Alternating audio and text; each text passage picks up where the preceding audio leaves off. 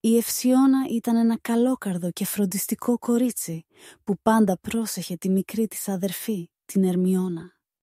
Μία μέρα, η Ερμιώνα ήταν λυπημένη, γιατί έχασε το αγαπημένο της παιχνίδι. Για να κάνει την αδερφή της χαρούμενη, η Ευσιώνα σκέφτηκε κάτι ξεχωριστό. «Θα φτιάξω το πιο νόστιμο γλυκό για εκείνη», είπε γεμάτη ενθουσιασμό. Πήγε στην κουζίνα και άρχισε να ετοιμάζει μπισκότα με σοκολάτα και μέλι. Καθώς τα μπισκότα ψήνονταν, ένα υπέροχο άρωμα γέμισε το σπίτι. Η μικρή Ερμιώνα πλησίασε με μάτια που έλαμπαν από χαρά. «Για μένα», ρώτησε με έκπληξη.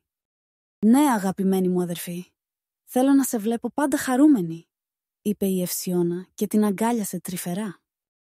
Η Ερμιώνα πήρε μια δαγκονιά και άρχισε να γελάει από χαρά. «Είναι μαγικά. Έχουν τη γεύση της αγάπης σου», είπε. Οι δύο αδερφές κάθισαν μαζί, απολαμβάνοντας τα γλυκά και γελώντας χωρίς τέλος.